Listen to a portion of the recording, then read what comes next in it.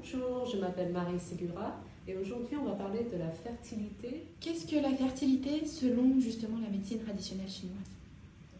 Alors, la fertilité par rapport à la médecine chinoise, on voit ça comme des cycles. Chaque cycle dure 7 ans, donc à partir de 0 à 7 ans on passe un cycle. Et ensuite le cycle de la fertilité commence environ, on va dire 14 ans, et se termine vers la ménopause, on va dire 49, 50, ça dépend de la personne, ça dépend de la femme. Donc pendant les traitements et pendant le diagnostic, on fait un bilan énergétique de la femme. Combien de séances faut-il si on souhaite tomber enceinte? Pareil que n'importe quel traitement, entre 3 et 9 cycles pour avoir au moins 80% de réussite. Après, ça dépend de l'âge de la personne.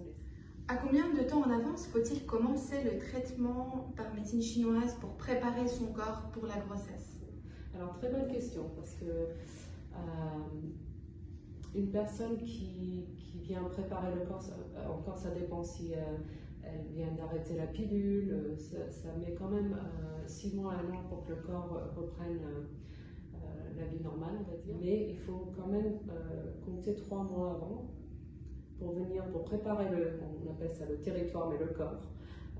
Et tout dépend. Et ça, c'est 3 mois si la personne a déjà fait son bilan et que tout va bien avec les ovaires et tout est bien. Mais maintenant, ça peut mettre un peu plus de temps s'il y a eu des problèmes comme l'endométriose ou des kystes. Après, il faut juste faire une chose à la fois et préparer le corps pour la grossesse. Conseilles-tu d'accompagner ce traitement par la prise des plantes médicinales? Oui, alors un exemple, je peux donner si j'ai une patiente qui vient et elle a fait plusieurs fausses couches, il vaut mieux attendre au moins 3 mois minimum. Et dans ces cas-là, on va prescrire des plantes pour nettoyer l'utérus après une fausse couche. Et comme ça, on peut préparer le corps pour une grossesse à nouveau. Faut-il continuer le traitement pendant la grossesse? Et y a-t-il des risques?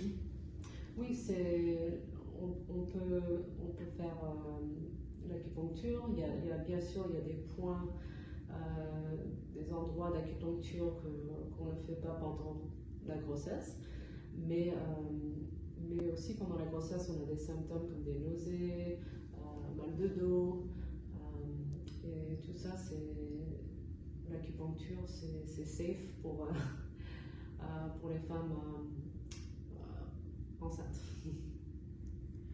As-tu des statistiques de réussite de traitement par la médecine chinoise?